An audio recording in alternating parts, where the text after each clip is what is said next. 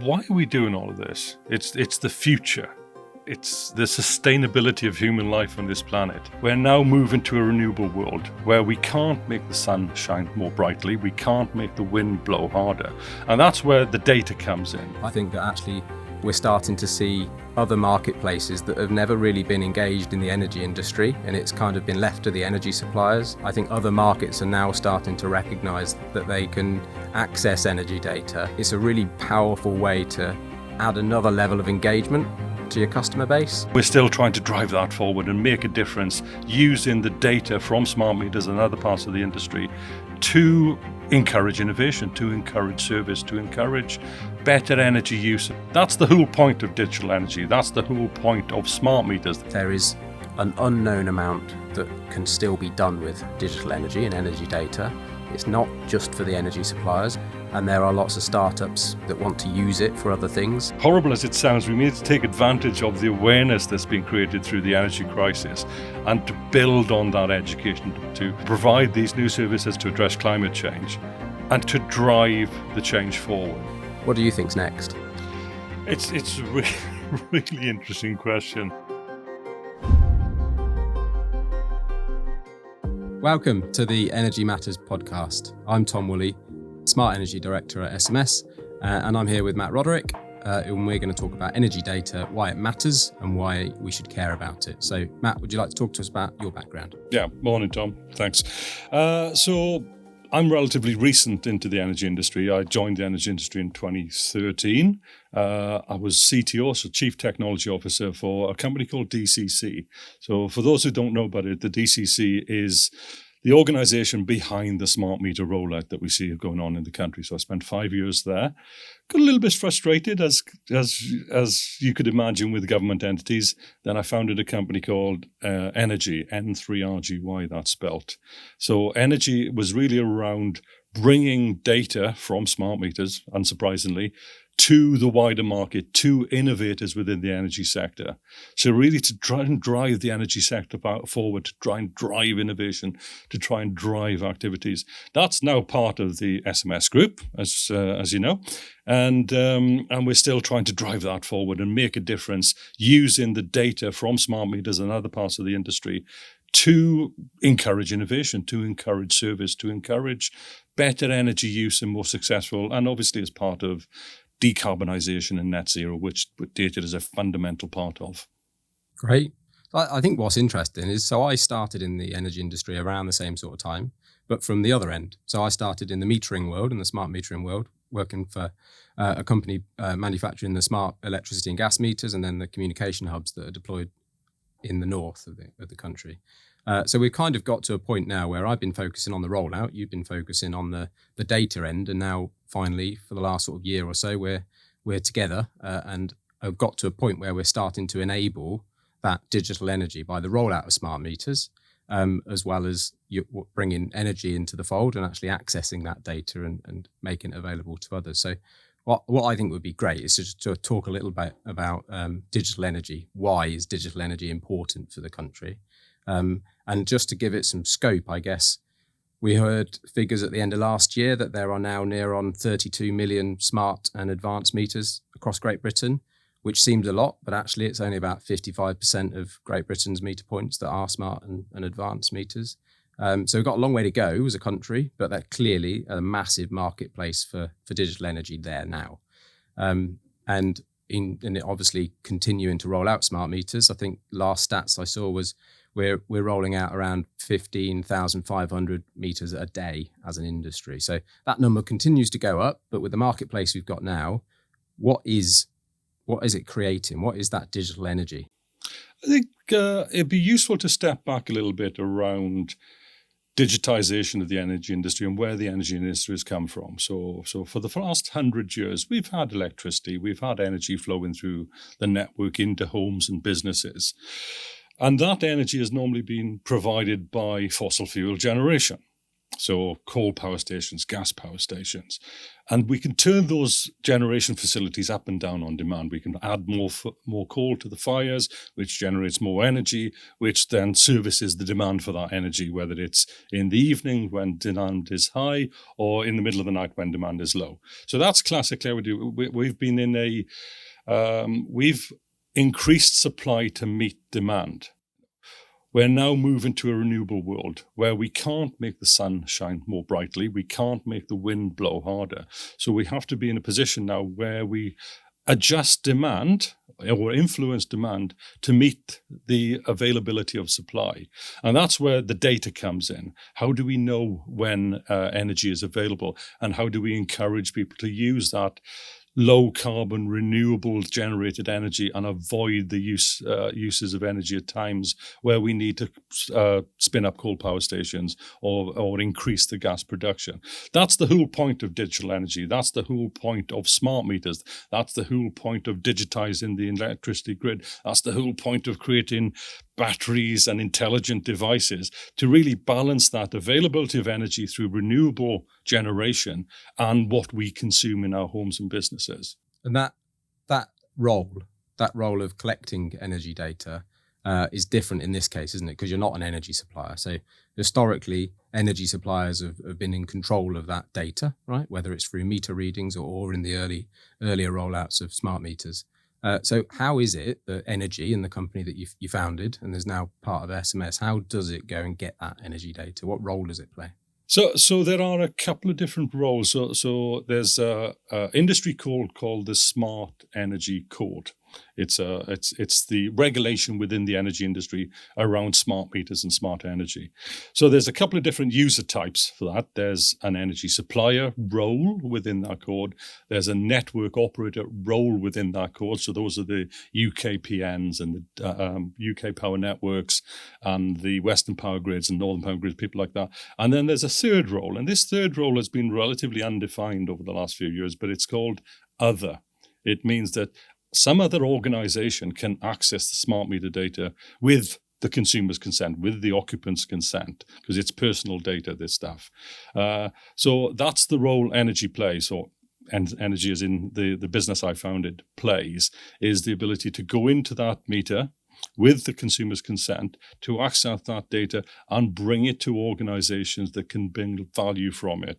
So we've seen over the last couple of years, we've seen an explosion within the energy app market, the mobile phone app market. A couple of the large players like Loop and the Hugo Energy app, they are customers of the digital plumbing service, the energy digital plumbing service that the energy platform, my energy platform, provides. And they can build value on top of that. So I'm sure many of the listeners and watchers of the podcast today is familiar with those apps, and maybe quite a lot of them have used the app. That app provides the data to make decisions on whether to use energy, to track their bills, to track their consumption, to move the behaviors to align with that renewable energy generation, which is now far cheaper than fossil fuel generation, as well as far more beneficial to the environment. So that's just one step, and that market is starting to increase exponentially.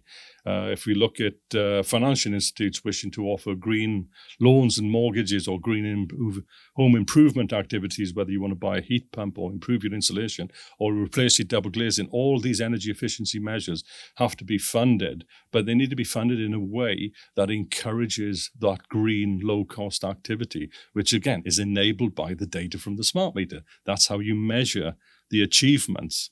That's how you measurably reduce your bills and you reduce your carbon footprint as an end consumer. I think that's a great example of how you can use it. Digital energy is I think it was progressed quicker, perhaps because of the energy crisis, but actually came at the right time because the density of smart meters was increasing. At the time the energy crisis hit, we must have had near on 20 million smart meters around. And that was the first opportunity where we saw these free energy apps really start to show value to consumers and businesses. And that's great. I think what I'd like to do is just expand a little bit on how do we get the best out of digital energy. So For me, I think some great use cases there. Free energy apps. I also think that actually we're starting to see other marketplaces that have never really been engaged in the energy industry, and it's kind of been left to the energy suppliers. I think other markets are now starting to recognize that they can access energy data, and for varying reasons. One could be for their own obligations, and they need to understand their mortgage book or their customers. They need to understand how they interact with energy. I think the other great use case is actually it's a really powerful way to add another level of engagement to your customer base.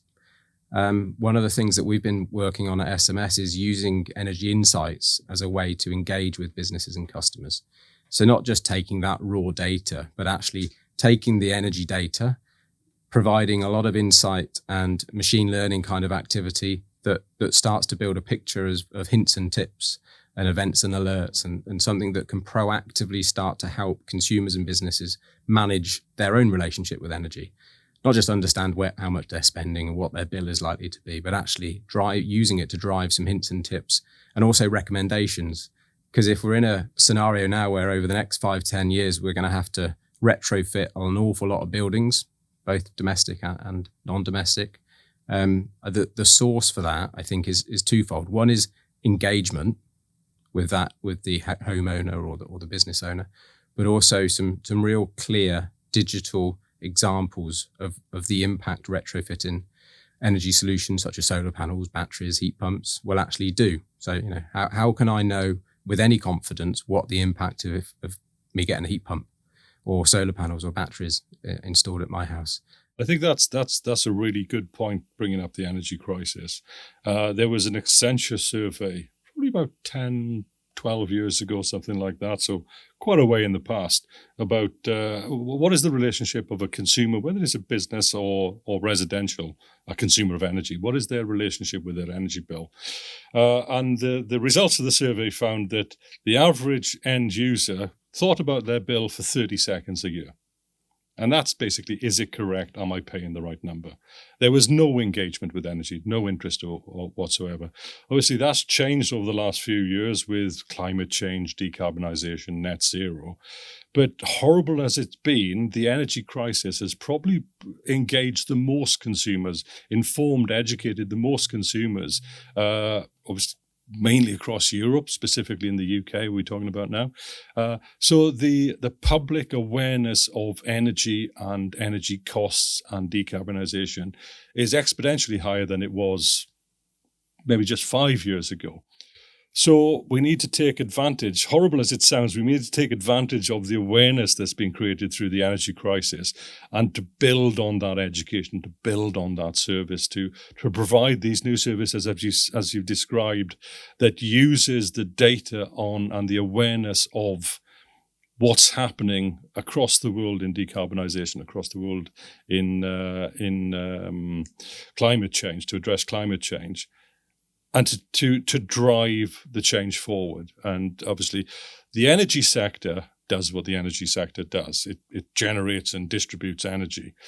But it's going to take a lot more than just the energy sector to embark on this change. And as you said, whether it's financial institutes, whether it's car manufacturers, whether it's heating and cooling manufacturers, whether it's the organizations and marketing services around that entire sector, all those organizations do have to get band together now, together with the energy sector, to drive the story forward, to drive the movement forward in reducing energy bills again, hopefully to pre-crisis levels, or maybe below pre-crisis levels, through intelligent use. And in order to intelligently use energy, you need that data, you need those smart meters, you need the availability of that data to make those decisions.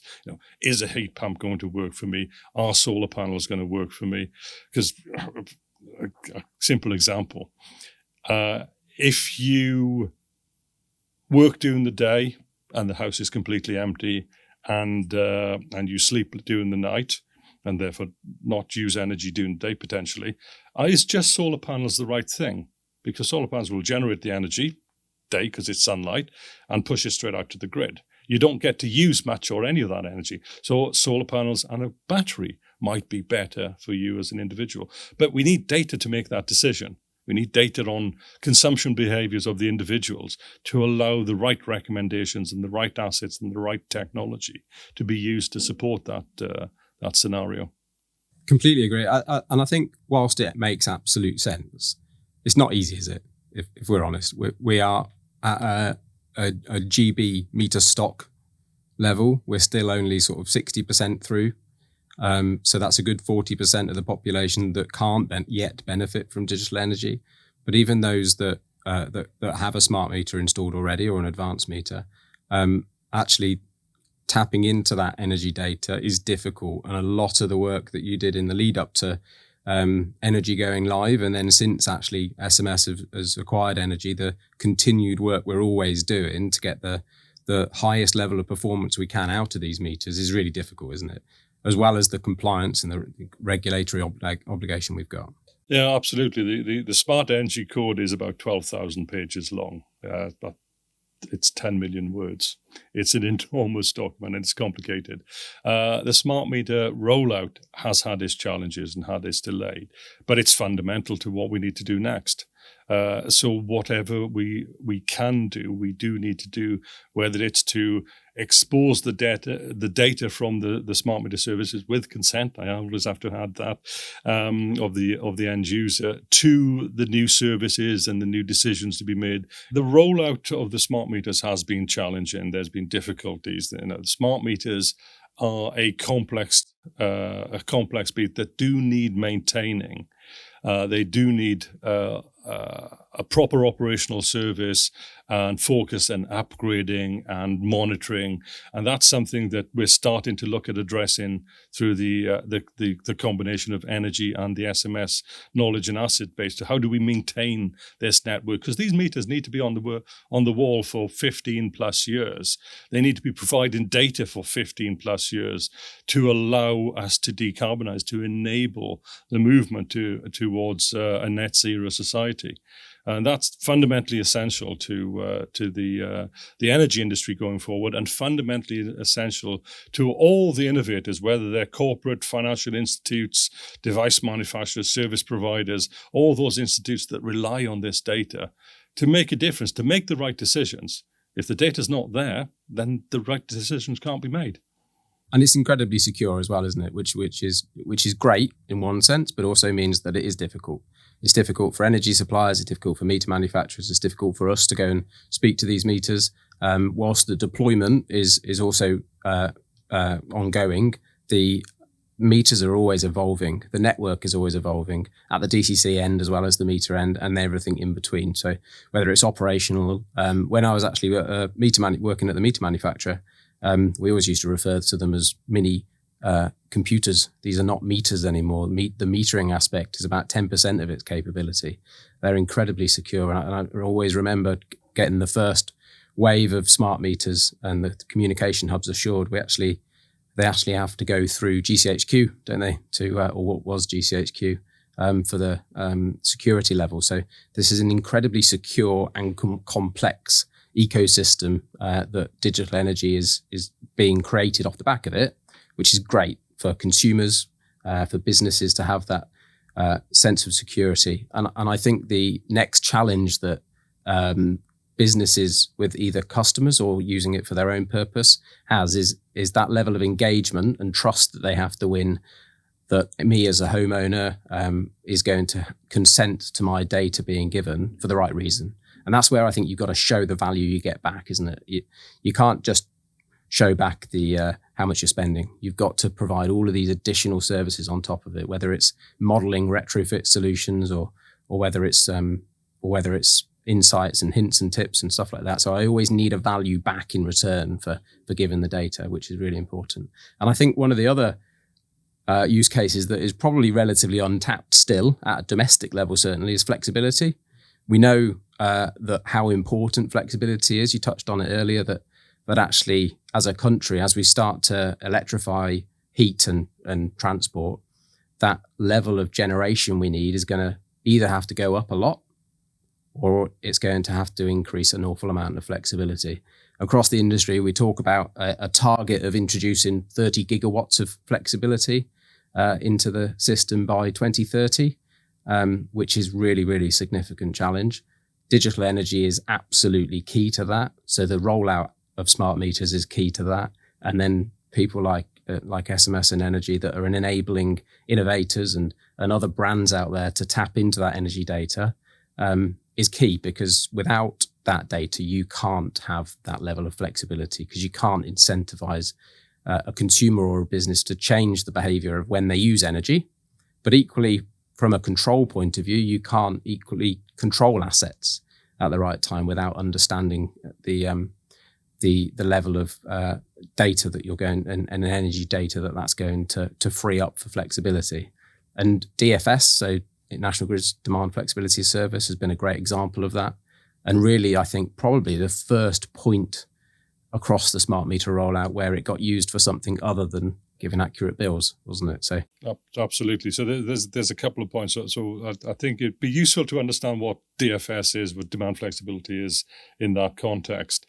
So we are electrifying everything. Basically, we're electrifying transport, we're electrifying heat, we're electrifying cooling, we're electrifying anything that uses natural gas or petroleum or anything like that.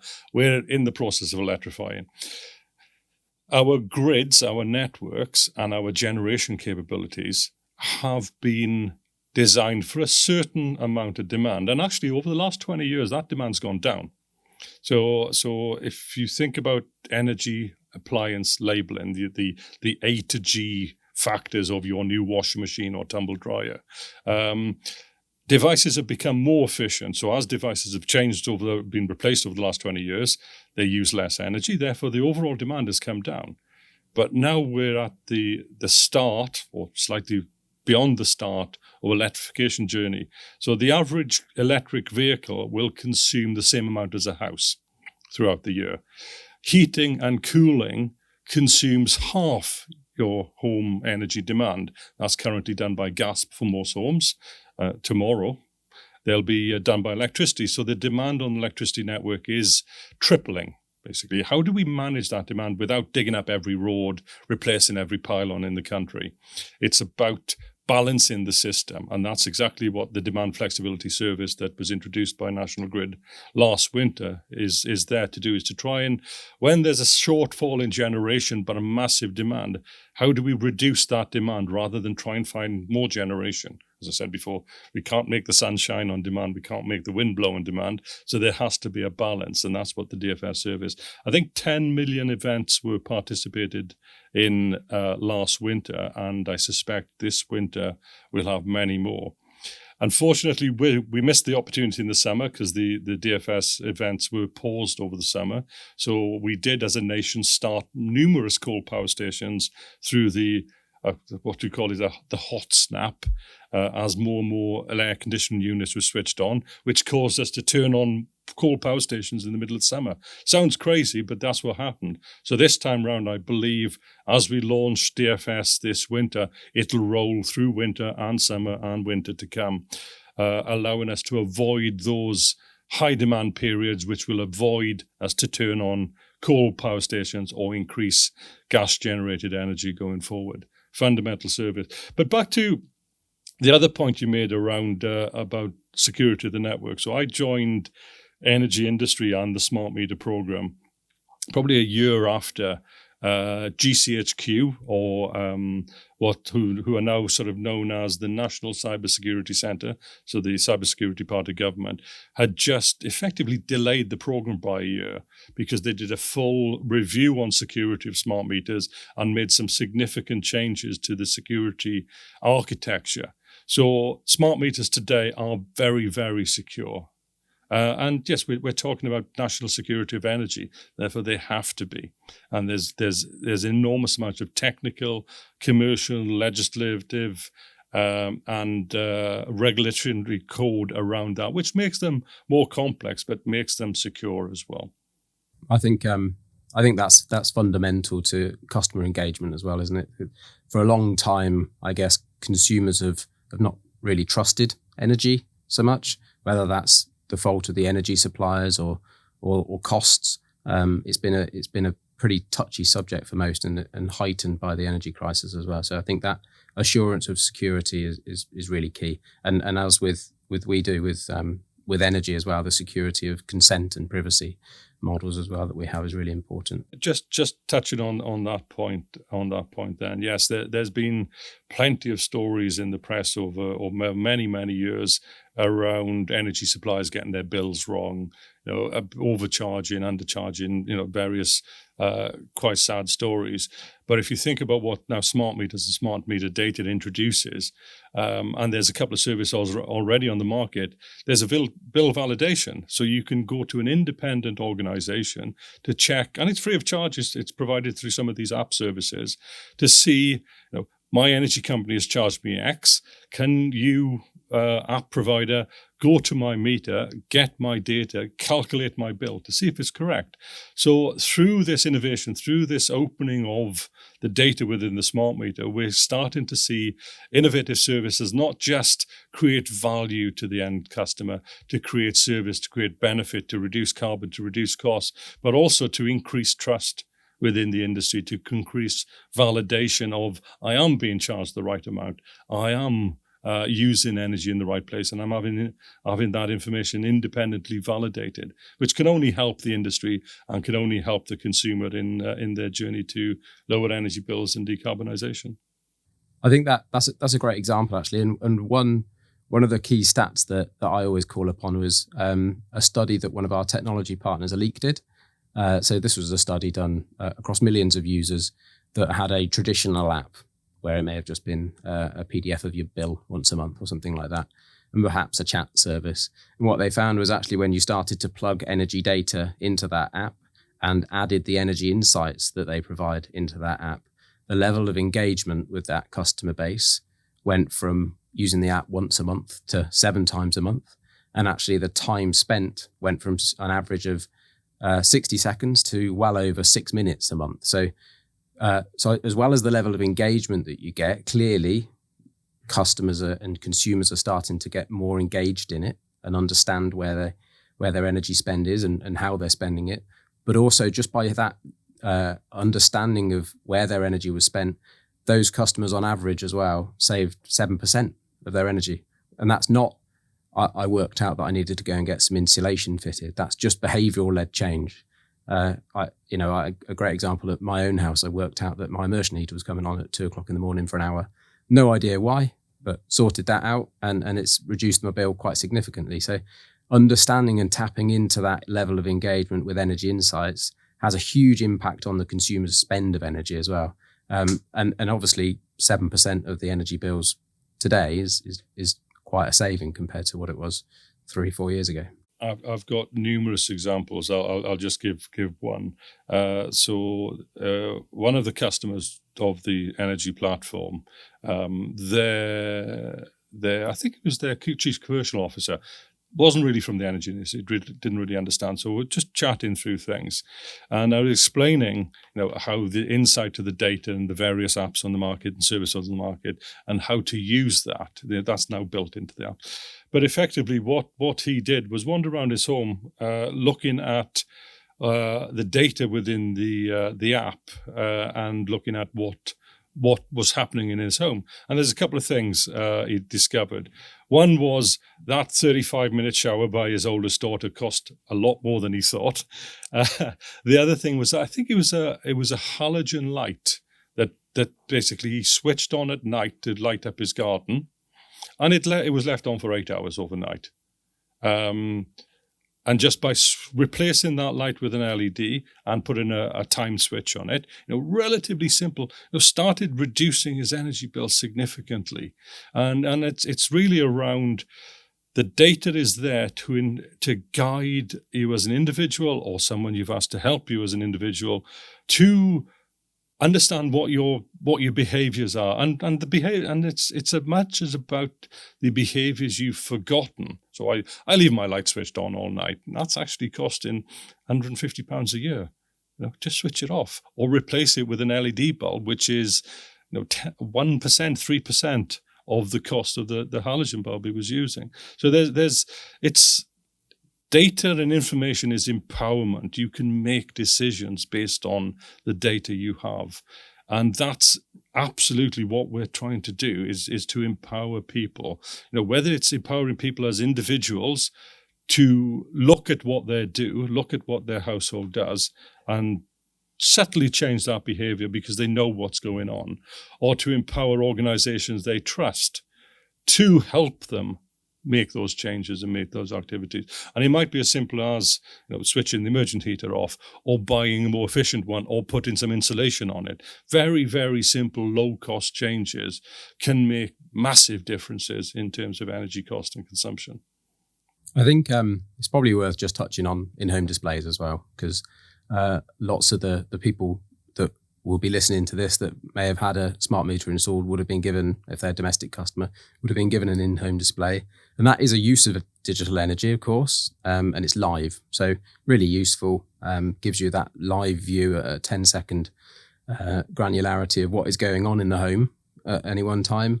But I guess what is different about what we're talking about today, which is that digital energy, is making it available historically in the palm of your hands. And just to build on that a little bit more, smart meters are actually capable of getting 30 months worth of half-hourly data. So really, really powerful way of not just having that live view in the kitchen or wherever your in-home display is, but actually being able to sit down and spend some time wherever you are, whether you're in the pub, at the park, wherever you are, you can see that historical view and what builds up that insights and the trend to understand it at that extra level. I think that's the jump that we've really seen, that IHDs play a really significant role. And one of the roles they play is that consent journey, isn't it? So lots of users that would have gone through a journey to download one of these energy apps would have used their in-home display as a form to grant consent and prove that they are authorized to actually give consent for that data. But actually the power of that historical data, as well as all of the innovation that companies are throwing on top of that with AI and machine learning and all sorts, that's where you kind of jump up a scale from that live view into, I've got it in the palm of my hands. I can see what happened last month. I can see how my month is compared to last year even, and that's really powerful. Absolutely. Looking at that trend over short periods and long periods is absolutely essential. Having that 13 months of data, so 13 months will cover a full winter season and a full summer season, depending on what order you look at it in. And obviously you can collect it for longer to look at the long-term changes in behavior you make and the long-term benefits those achieve. Just touching on the in-home display. So the first day, I can't remember when it was now, I got an in-home display. I was obviously interested using it, wandering around the house, seeing what happens. And my son has an old Xbox 360, so one of the early generations. And so he was playing the game, and I was thinking, well, that's quite a lot of energy that thing's using. And then he finished, and he switched it on to standby. And it didn't change.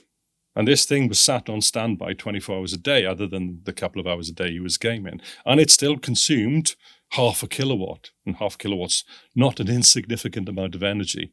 So yeah, just brief conversation. If you finish playing, switch it off of the wall. Significant reduction in energy, significant reduction in cost. So simple behaviors like that. And that the in-home display enabled that identity to identify that. I think they're called vampire devices. Modern devices are better, but this was quite an old device. And to do something about it. And it's just a simple change of behavior. Switch it off the wall when you're done. Everything's fine. Updates take longer now, but anyway. I think that's a great example of the live use. I think what's going to be the big shift over the next couple of years for me is the type of companies engaging with energy. So we talked about it earlier that it's not just for energy suppliers now, and that you and I spend most of our time talking to companies that are not energy suppliers and have never really touched the energy industry. So just to build on that a little bit, the creation of the other user role done years ago is really starting to show its value now and enable other marketplaces to start to come in and use energy as a way to engage with their customers. And just to build on that a little bit, I think it would be worth just laying out some future scenarios that I see. So I think one day if I'm going to buy a house, for example, I should be able to scroll down if I'm going to buy or rent a house and see actually how much does it really cost to run that house. And I think what's powerful beyond that is, and what is the data recommending I could do with that house if I brought it? So how do I buy a house or rent a house knowing the cost it's going to realistically cost me to run it, but also what retrofit solutions could I do to that house?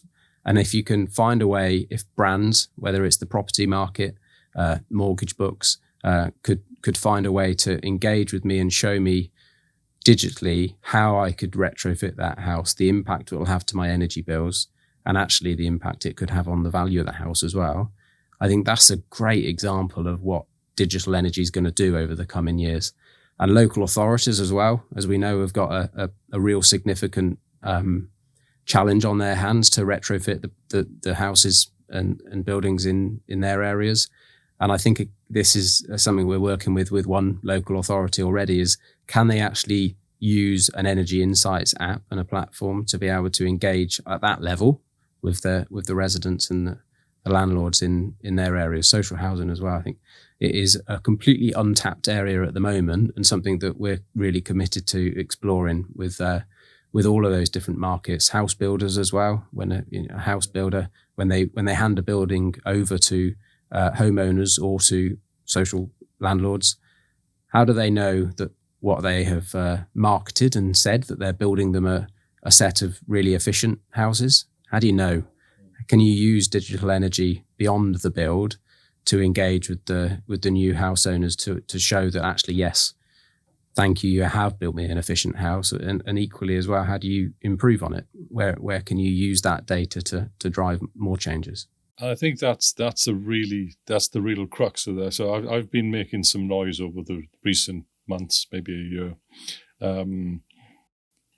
We see the smart meter ads on TV and social media around more accurate bills and things like that. I'm of the opinion that meter data has got very little to do with bills now. Meter data, yes, we've got smart meters, we can get more accurate bills. That's an internal industry thing, an efficiency thing inside the industry. The data is far more valuable than that. And as I say, if you're a social landlord, how do you understand the behavior of your housing stock? And not just the theoretical behavior of your housing stock, as EPC data provides, the sort of A to F rating for homes, but also how are they actually used? That's what the data within the meter explains. It's sort of, it indicates the efficiency of the home, the efficiency of the devices without people. And then when you add people, that's where it really comes, the smart meter data comes in. So yes, you can use the data to identify which parts of a social housing portfolio needs to be addressed. They need fabric improvements, they need process improvements, they need activities around that. But equally, and just as important, it's about education and human behavior. So, if an individual tenant switched the heating on a cold day and leaves all the windows open, that's not good behavior. That's going to cost a lot of money, and that's going to use a lot of energy. So it's a balance between actions from a physical perspective and actions from an educational and encouragement perspective. And both those actions can be determined through the data within the meter, but also the resolution. So whether those interventions worked can be determined through that data as well. So I'll give you an example of that. So the meter holds 13 months of data. So if you're an individual or a landlord, doesn't really matter. But if you're an individual looking to improve a property, you can look back at the performance of that property. So you don't have to have any monitoring or any systems in place over a period of time. You can just simply go to the meter, get the data out of the meter with the occupant's consent. I keep adding that. Get the data out of the meter, and you can look at the performance of the building historically. Then you can, maybe the next day or the next week or the next month, install insulation improvements, install heat pump improvement, educate the occupant on the things they're doing and the things they may not be doing on the use of energy. And then you can measure that going forward. So you have the old data and the new data. But you don't have to a limited degree, you don't have to plan 12 months in advance what you're going to do. You don't have to gather that data in advance of your action. You can gather that data because it's always in the meter. It's just there, 13 months. Get it when you can. Get it when you want to do something. And then you can make the change. Then you can measure the change. And if the change works, great. You can start replicating that into the other homes. If the change doesn't work, then you have immediate feedback. And you can optimize the change, modify the change, improve the change, improve your engagement, improve the assets you install. Maybe you identify things that you don't need to install. They didn't achieve what they wanted to. So you spend that money on something else, something more valuable that achieves better results. It all comes through the data. The data is fundamental to every single thing we have to do and we must do to reduce bills, to reduce carbon, to battle climate change. I think just building on that, one of the things that's still relatively untapped is how introducing energy smart appliances such as batteries, solar panels, heat pumps, and stuff like that is great. If I take my house, for example, I'm on a standard variable tariff at the moment, and I will absolutely get a benefit if I start to install solar panels, batteries, and heat pumps and stuff. But I think the trick is that actually with energy data post the install, there is also a massive opportunity then to reassess that tariff because all of a sudden my profile of energy consumption is completely different. The way I use energy in the home is the same, but actually I've got a new opportunity now of starting to pull from grid at different times with the control of the batteries. And I've got tied to your example earlier about a family going out. In my house, there's always somebody at home. So whilst I may not benefit from a battery because the consumption is likely to be used straight away, actually introducing the battery allows me for more flexibility. But without that energy data, I don't have the ability to understand the new appropriate tariff I should be on. And I don't have that level of engagement and advice from whatever it is, an energy app, the OEMs that produce and install, or the installation partner for the battery and solar system. I think that's still relatively untapped, and time of use tariffs at the moment are still relatively new. There are some energy suppliers that are far more progressive than others. But I think as the country transitions to more eco-friendly homes with heat pumps and PV and battery and things, that need for time of use tariffs is going to go up. And I think what is still relatively untapped is combining that level of flexibility of the assets with the time of use tariffs. That's a really interesting point. You mentioned there's always someone at home, so it doesn't give you much. Well, depends how you design the system. So if you have a battery, then yes, if there's always someone at home and you're always consuming energy, then that's one thing. And there'll be peaks and troughs that you can use the battery to avoid those periods. But the battery plus solar, I would imagine that even though there's always someone at home, your energy consumption throughout the day will be lower than your energy consumption after the kids come home from school, after you come home from work.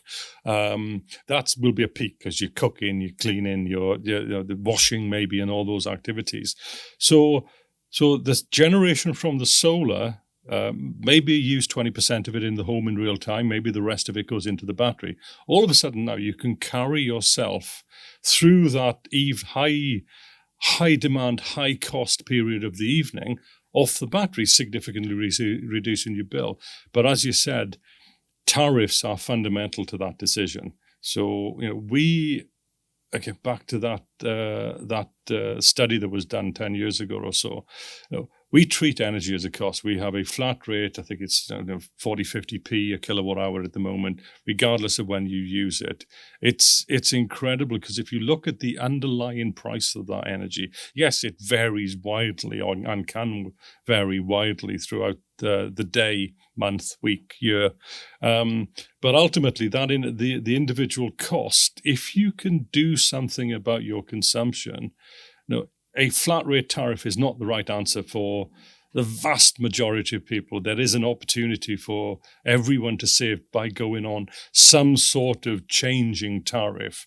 And then it's about confidence. The market, the energy supplier market, doesn't offer these complex tariffs today, or the vast majority don't offer these complex tariffs today, because they don't know how to engage with the consumer. And that's something, as an entire industry needs to figure out. Maybe it's through devices automatically following the tariff. Maybe it's through education. Maybe it's through people trying and experiencing that in a sort of safe environment. But something has to be done, because the wholesale market of energy is run on a half-hour price signal. Every 30 minutes, the wholesale price changes. So today, classically, overnight, the price of energy could be 2-3 pence a kilowatt hour, which is 10 times lower than your fixed tariff. During the day, it's typically 30% lower than the average stick tariff.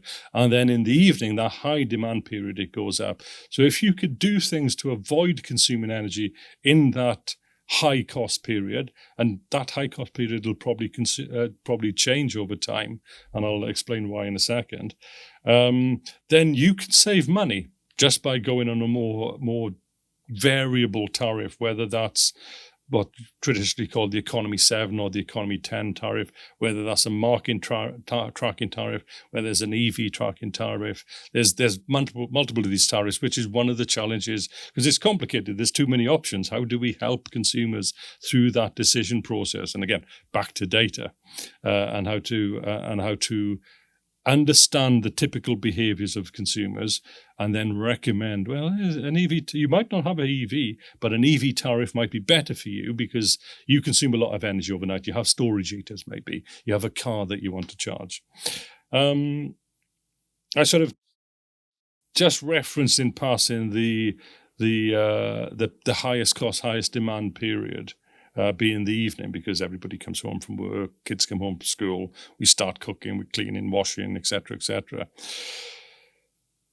And referring back earlier to the reference I made around electric vehicles consuming as much energy as a house does, typically average mileage, average house, throughout the year. So today we have, I think it's 3-4% of cars are electric cars on the road. When those cars charge, they consume 10 times the amount of energy as the house. So it's not long it doesn't need many more cars on the road charging overnight, charging between midnight and 6 a.m., let's say, to actually dwarf the demand of a typical home during the high peak period.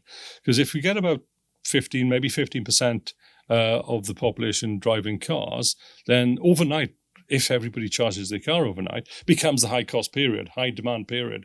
So we need to build this intelligence into the assets. We need to build this data into the assets we're deploying in order to, when overnight becomes a high cost period potentially, then cars can start changing their demand profile to say, I'll charge through the afternoon now because there's plenty of solar energy, or I charge on a windy day, or I charge on a different time. It's incredibly complicated, but it's something we have to engage front on, and as an industry, and not just as an industry, but as an entire society, whether it's car manufacturers, whether it's heat pump manufacturers, whether it's your energy supplier, whether it's national grid, we all need to come together as a common story of education and service to enable people to be confident to move to these other tariffs, to enable people to move to these tariffs to save money and to effectively save the grid, and to save generation facilities as well. Just to build on that a little bit more, there is going to be a difference of people that are like you and I. We're kind of tech and energy geeks, aren't we? Really. So I can imagine a scenario if we had batteries and EV chargers and stuff. We would like to have a little bit of control over aligning the use of those to our tariffs. The challenge, I think, is that the price points of a time of use tariff may not be enough to completely change the behavior of how households and businesses use energy. So there is absolutely, for me, a place for control of assets.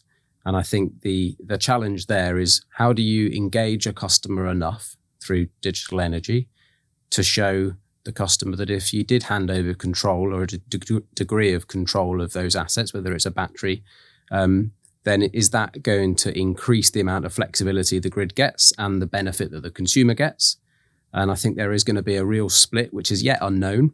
At the moment, a lot of the early adopters of these energy smart appliances have been tech geeks and people that can afford to pay. So there is going to be a real shift over time where the wider population starts to have access to heat pumps because of government grants and price of heat pumps coming down and things. How do you engage them enough to make that choice as to whether they are going to proactively go and change how they use energy because of a cost saving and maybe a wish to help the grid green, or whether actually they do need to hand over control to a flexibility provider, and that could be through their energy supplier or it could be another flexibility provider. There is going to be a real shift. There's lots of work being done through some government-funded projects and new sets of compliance and policies around controlling these assets so that they are controlled with the customer's benefit at the forefront. And that's something that is going to be really interesting over the coming years. So I think one of the things I'd like to talk about a little bit more is just what's next. So we talked about lots of early movers and, the banking world and property markets and stuff like that, house builders. But what's next? I think for me, we're at a point where you and I talk a lot about how we want to make the platform available to innovators. And there is an unknown amount that can still be done with digital energy and energy data. It's not just for the energy suppliers, as we've been talking about. And there are lots of startups starting to appear now that we're talking to that want to use it for other things. What do you think's next? It's a really interesting question. I've spent the last 5 years working with startups, and I'm continually surprised at the innovation that's happening within the industry, the wider industry, people wanting to get involved and help the market forward and help innovation and drive decarbonisation. So there's going to be a massive focus on carbon from a regulatory perspective, whether it's the primary carbon footprint of businesses and homes, whether it's the tertiary carbon footprint of banks on their mortgage books and things like that. There's an entire new activity around carbon, and data supports that activity absolutely. The other principle is around back to the way I explained the way generation, demand and supply works, or supply and demand, depending on you, that we're now needing to match demand with the availability of supply. So assets become incredibly more important. It's not just about I sell you a kilowatt hour as an energy provider, and it's going to be the same whatever time you think about it. But it's about how do those assets participate in that energy system. And I see the assets fall into two different categories. You have pure energy assets, like a battery is a pure energy asset. Whether it's fully charged or discharged, it doesn't affect your daily life. It doesn't affect whether you go to work in the morning. It doesn't affect whether you have hot water. So it's a purely energy industry assets that can be controlled to minimize cost, to minimize the impact of the grid, to maximize renewable generation. But there are a lot of other assets, like a heat pump, like a car and the car charger. By overly controlling that, by getting that wrong, you impact the consumer's daily life. So how do we get that right? And that's an enormous amount of work to be done. That's an enormous amount of experience. I draw a parallel with Tesla and autonomous driving. So if you think about Tesla today, they have, I think it's 6 million cars plus on the road. And every single car is recording, processing, learning, which all gets shipped back to a central system to improve their autonomous driving software and their autonomous driving AI. We do need something similar in the energy industry where we can learn from behaviors and actions and experience with objective feedback and subjective feedback. So the system becomes more intelligent. So we can control assets, influence assets, encourage behavior in a way that doesn't compromise the individual's life. Because ultimately, if you think about an individual, they buy a product for what that product does. They buy a car to drive to work or for recreation. They buy a heat pump to keep warm. They buy a kettle to make tea. They don't buy any product to consume energy. That's not the primary purpose of anything you buy. It's a side effect of what we buy.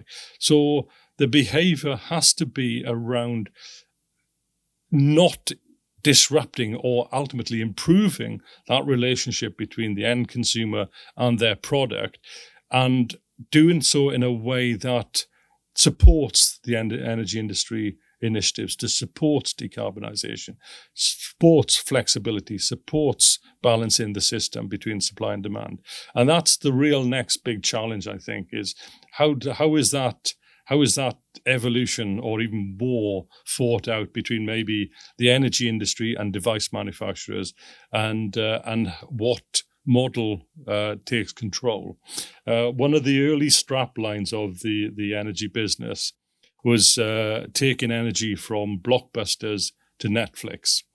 I still absolutely believe in it, and we can see it happening in the industry today. Is the old industry of I'll send you a bill each month and it'll be roughly right and it'll average out through the year and everything's fine, to a model which is actually engaging for consumers, that benefit the consumer's life at a better price point, at a lower carbon footprint.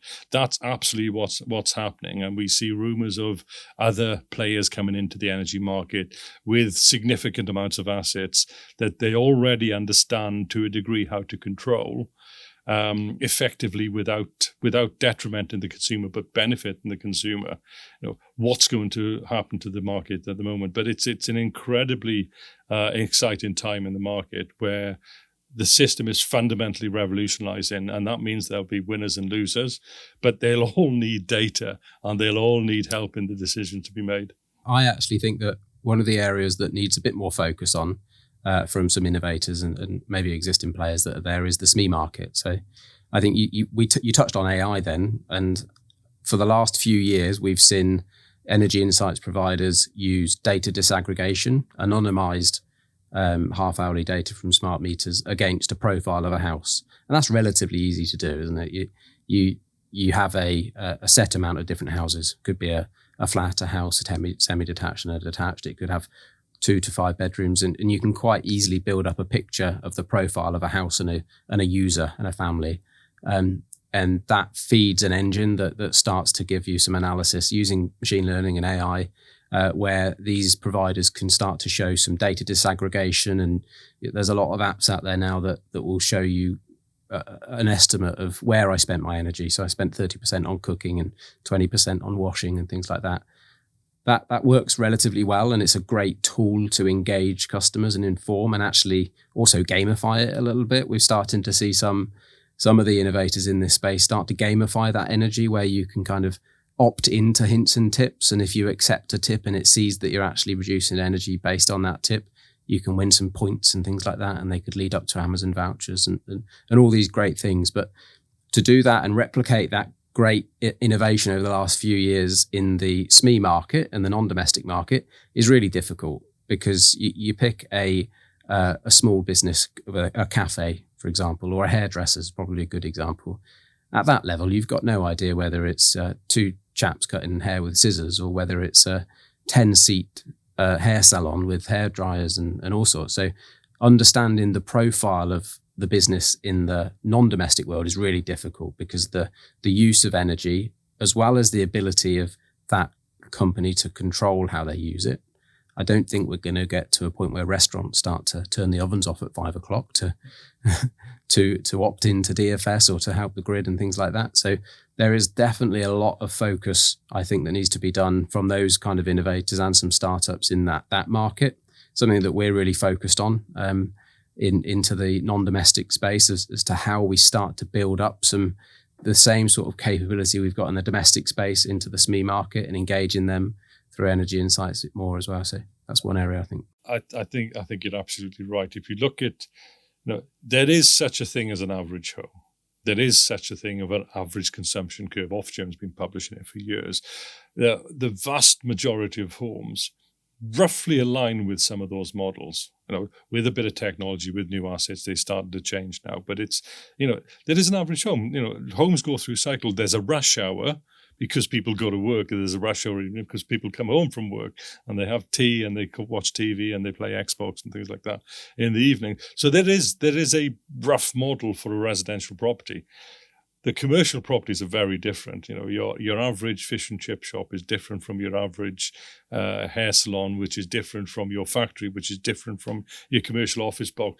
The distribution and complexity of commercial establishments, let's call it, whether it's SME or larger, is massive. There's no correlation there's no average commercial property. And the challenge there is how do you then determine what to do? How do you then understand what's happening there and what actions you can take and things like that? Again, it's all about data. With the residential market, you can segment based on a behavioural model. You can't do that. You have to go to the data. You have to go to the meter that's there. Hopefully it's a smart or a advanced meter, not a dumb meter, to get the data, to understand the behaviours, then to correlate with maybe similar businesses across the country. Because in any one geographical area, you might have 1,000 properties and 2 hairdressers. You can't correlate with just the 2. You have to spread your map wider than that, to understand opportunities, to understand where you can change behavior, to understand where you can apply assets, where you can apply improvements, where you can take action to reduce the carbon footprint.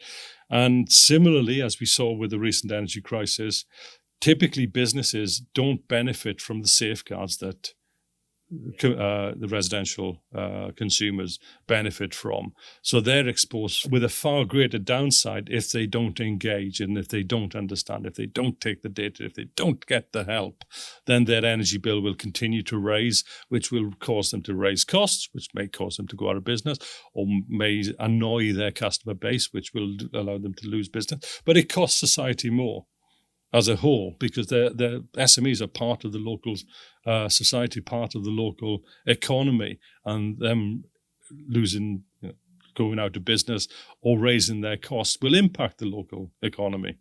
And we need to try and avoid that. And that's without even touching upon carbon neutrality and climate change. It's just about local economies and how do we improve and support that. So there's 1,000 different moving parts to this, and it's just how do we navigate through them and support innovators and support processes going forward that enables this change in a way that is economically efficient and environmentally efficient. Those are the 2 things that are fundamental.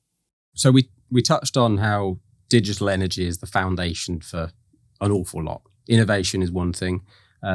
I think that education is another thing. So we'll touch on this more in a later podcast, but we, about a year ago now, did a deal where we partnered with My Utility Genius for a energy in schools product.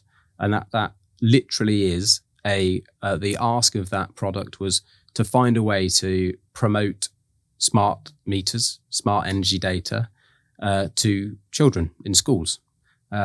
It's a very, very simple solution, to be honest, where we enable teachers and children to understand the energy usage of the school, but also give them loads of lesson plans to teach them about energy, what is digital energy, what is climate change, and all of that kind of stuff, and a lot of more tech that helps them to understand how the school is performing. Using that energy data as well as some other IoT equipment, how do you understand how you take the school on its own climate action plan, which schools have to go through now? Education, I think, is absolutely key. You want to get to a point where children are going home to mums and dads saying, why have we not got a smart meter? Did you know you can do all of this kind of stuff with it? And then actually through digital energy and solutions such as energy in schools, you can actually enable children to go and build their own climate action plans for the school. You can take some of this kit, you can blue tack it to a teacher's kettle and start to understand what the carbon intensity of the grid is at that time that a teacher boiled the kettle. And did you know, Miss, that actually you've turned that kettle on when the grid was 40% on coal, powered by coal? So a great way of using digital energy to engage in children and the next generation that ultimately, if we're honest, are going to have an awful lot to do when they get into their jobs and start to go through their careers. Energy is going to be so fundamental to them, whatever they do in their career. So that's something that we're really passionate about. And as I said, we'll touch on it on another podcast, but education is massive, isn't it? I think, why are we doing all of this? It's the future. It's the sustainability of human life on this planet. The planet's going to survive. If we destroy the climate, the planet's going to survive. It's just humanity's gone. So the whole point is to improve the planet, save the planet for the next human generations, and that's kids. Kids are like sponge. They soak up this information, their knowledge, and they repeat this. So taking this knowledge that they learn in school home to their parents, educating the older generation, old gits like me, and to understand, why they do, why should we change our behaviors? Why should we do something? Why should we have a smart meter? It's about, immediate economic gain for potentially for the family, but it's also the long-term future of humanity. And that's fundamental. There's been so many bad examples of the past of sort of marketing to kids at Christmas time to buy a certain toy.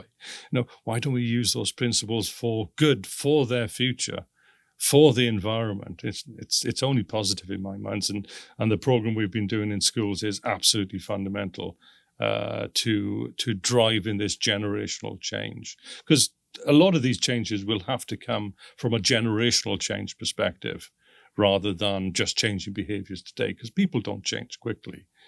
But kids can force that change incredibly effectively. Well, I've really enjoyed this chat today. I mean, you and I could talk for hours about this sort of stuff. But thanks, Matt. Really appreciate it. It's great, and thank you, Tom.